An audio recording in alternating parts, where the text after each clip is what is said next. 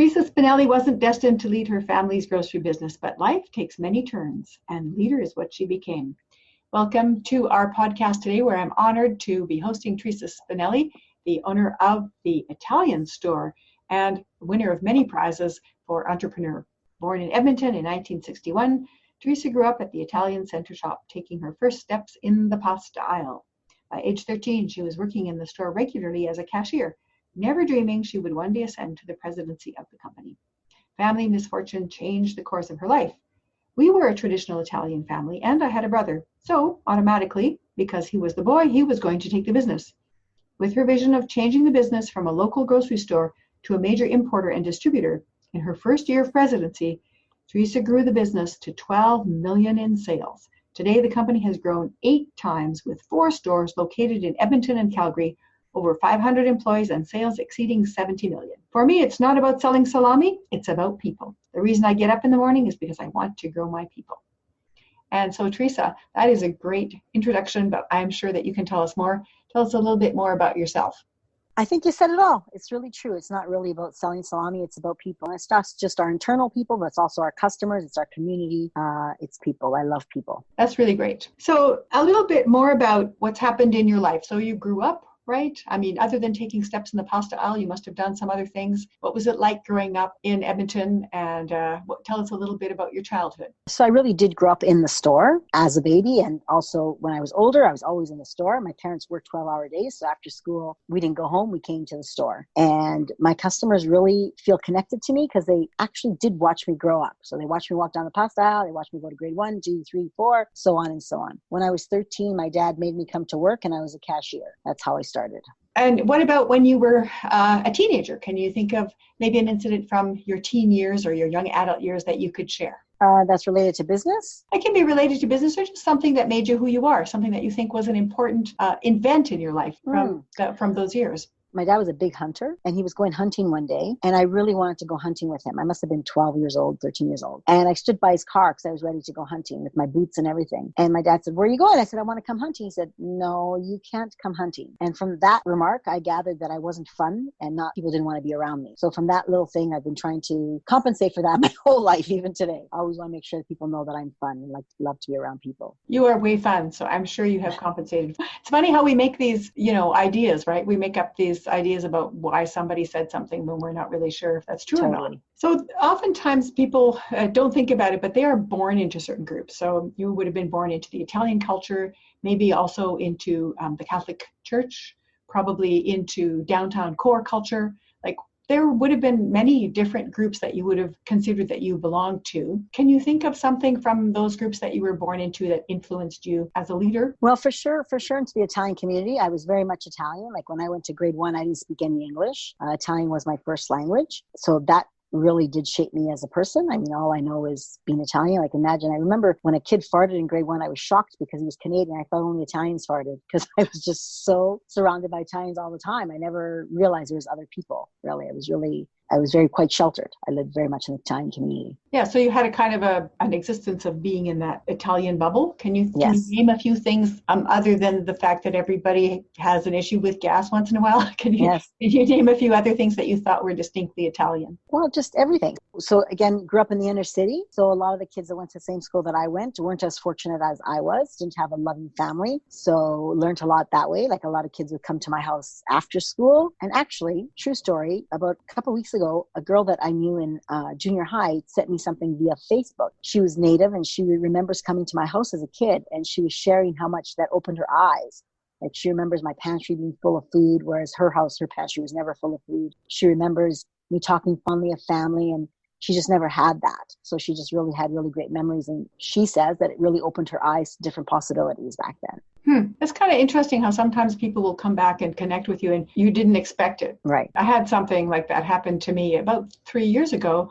A babysitter that we used to hire when my kids were young called me and said, "I wanted to tell you that the one time that I stole something from your house and you didn't, blow up at me and that you still kept me as a friend." Wow. That really affected me. And it's something that I've always done. And I had completely forgotten about it, to tell you the truth. And basically what it was we had this little coin thing that we used for bus money, right? right? And I think she probably took $2 out of it. It wasn't a big deal. But apparently that really marked her because she called me 30 years later to tell me about it. Wow, it's amazing. You never know, right?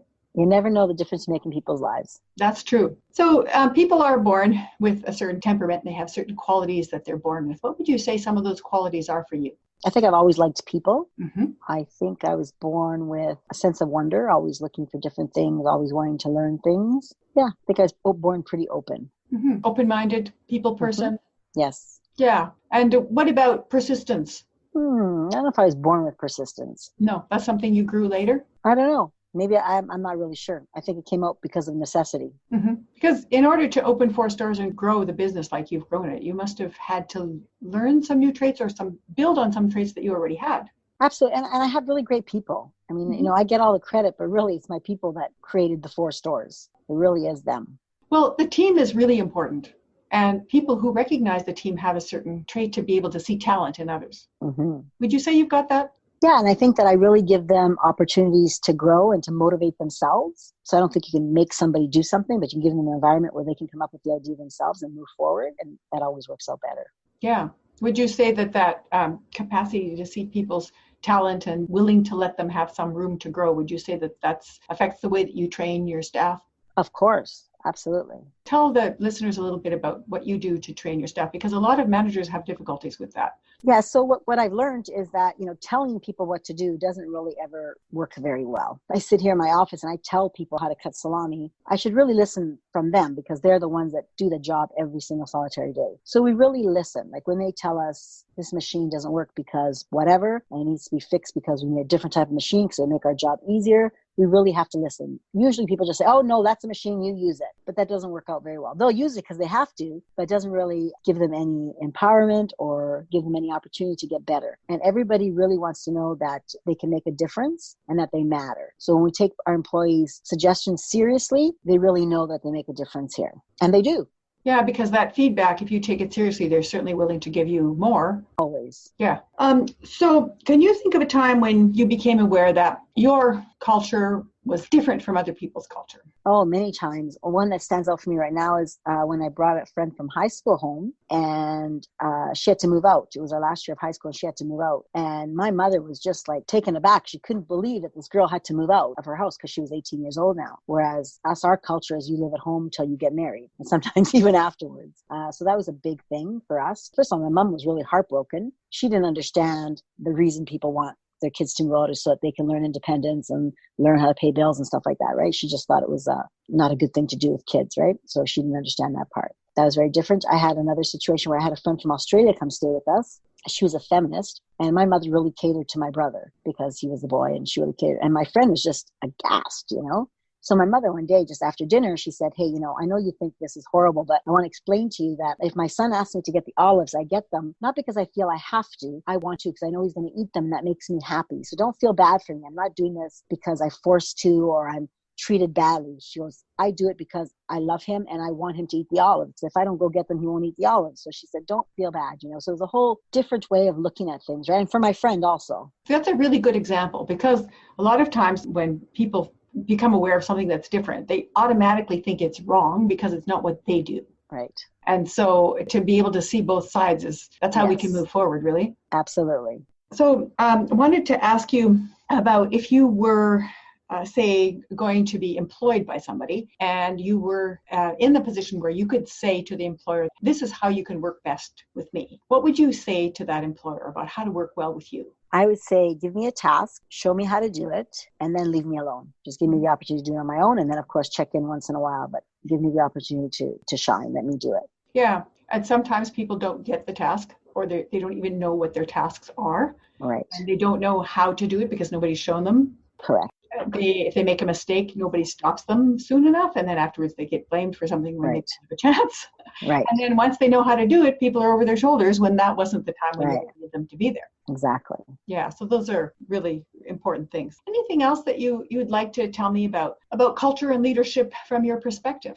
Or maybe some advice to entrepreneurs? Whatever you'd like to share. I think culture is really, really interesting because everybody's different. And as we are a global world now, you have to really learn more about cultures because, for example, here, the Italian Center's an Italian culture, we love to hug and kiss. Well, maybe Asians don't like to hug and kiss. It's not because they don't love us just as much. It's just that that's not part of their culture. And learning those different things. So, or asking permission. Is it okay if I hug you? So it doesn't make them uncomfortable, and not taking this person. If someone doesn't look you in the eye, that doesn't really mean that they're not listening and not respecting you. Maybe culturally, to them, that's disrespect.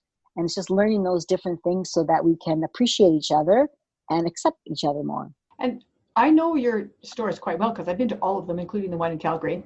And when I go there, it is a very diverse staff.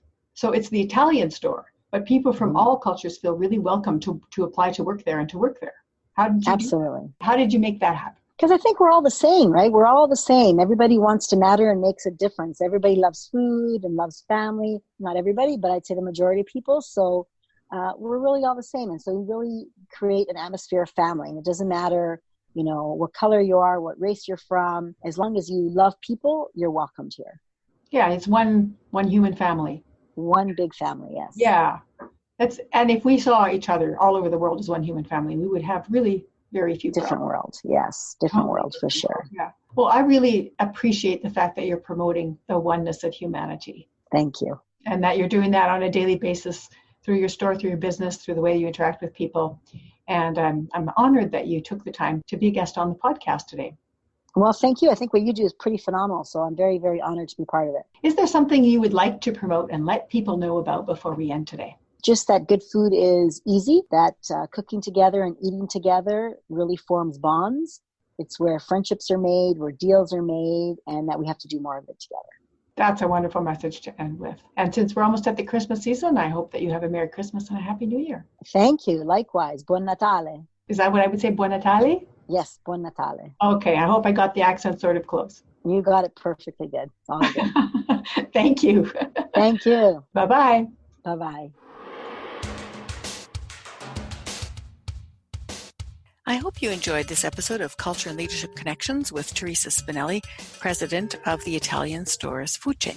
At the Italian Center Shop, the atmosphere of family makes people from all cultures feel welcome. And you certainly feel that when you walk in. And when you see the enviable portrait of employee diversity that she has there, everybody's happy to work and they enjoy their jobs. Teresa has no problem with retention.